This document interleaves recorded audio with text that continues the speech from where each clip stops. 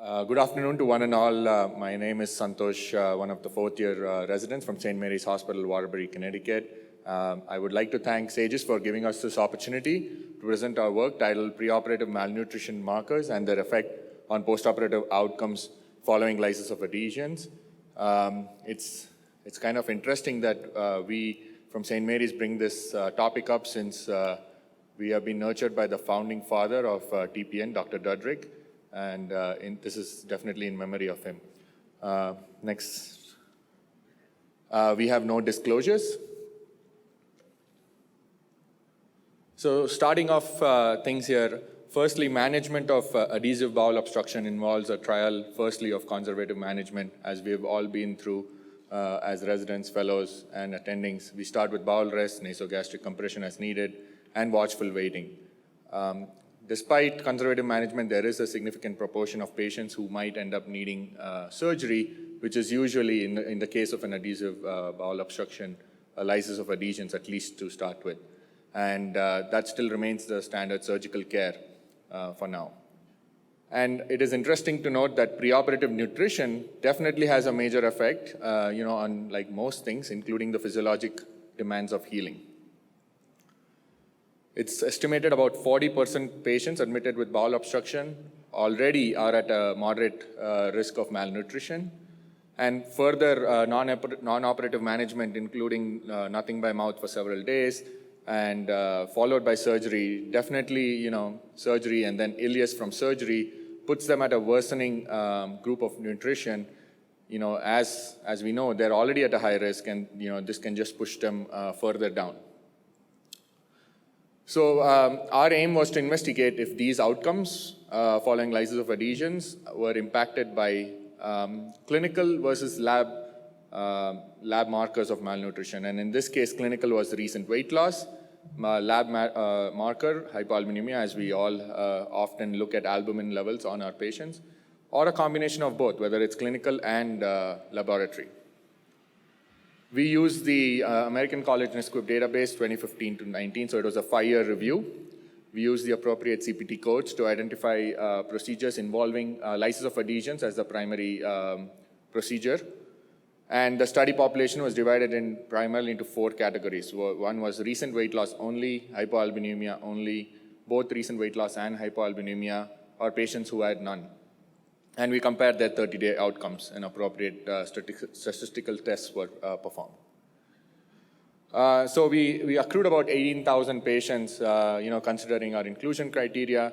And as we noted, predominantly about 54% actually had no malnutrition to start with. That is either hypoalbuminemia or weight loss, and followed by hypoalbuminemia, about 42%. The group which had both was about 2%. And it is almost like a hypothesis if this group was going to be the worst among them. So going over the demographics, pretty much though the indicator for race is significant, if you look at the numbers per se, there's not much difference. And there was primarily males in the group which had both hypoalbuminemia and weight loss. They were older, as well as more commonly transferred from an acute care hospital.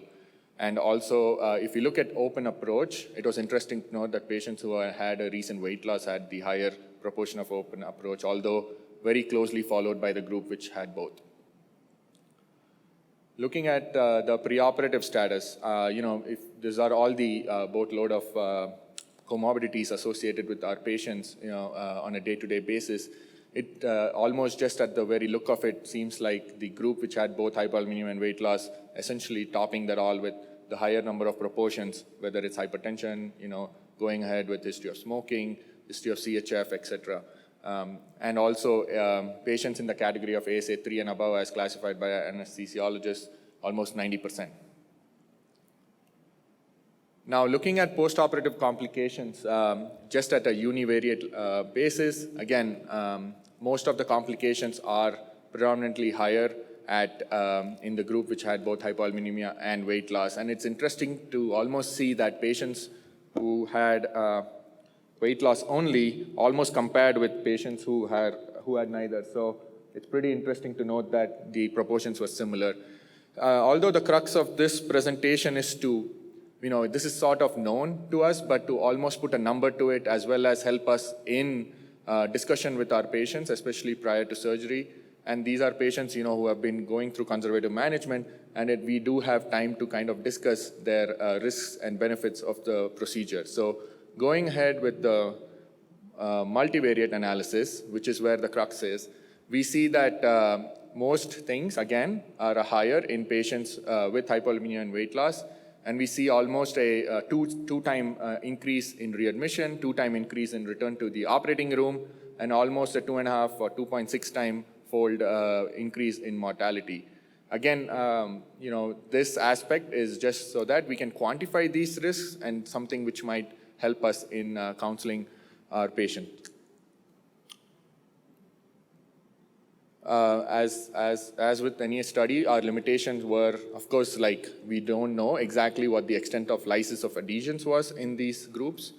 Also, the duration of nil per os or nil per oral in this case, and unclear prior surgical history or prior history of lysis of adhesions. And of course, the use of a large database such as NSQIP is always challenging. In conclusion, we see that history of weight loss and low albumin as well as hypoalbuminemia were associated with significant predictors of 30-day mortality following lysis of adhesions. Weight loss alone didn't really stand out in any of these parameters.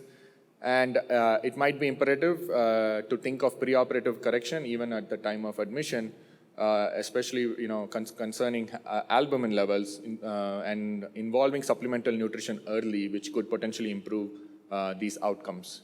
With that, I would like to conclude and happy to take any questions. Thank you.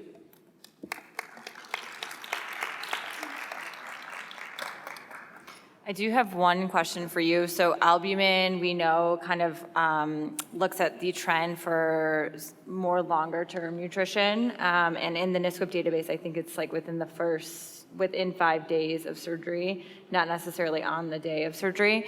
So what do you think, if you were looking at pre-albumin levels, what do you think your data would show? Thank you for your question. Yes, I think that's one of the limitations with the database, that pre-albumin would have been something nice to have, but I do think that it would parallel what our findings would be. Thank you so much for your presentation. So I just have a quick question for you. So now if you identify a patient with weight loss or hypoalbuminemia, what would you do preoperatively or postoperatively to maybe change those complication risks? Thank you again for your question. I think now, especially being senior residents on our team, I would push for early use of parenteral nutrition.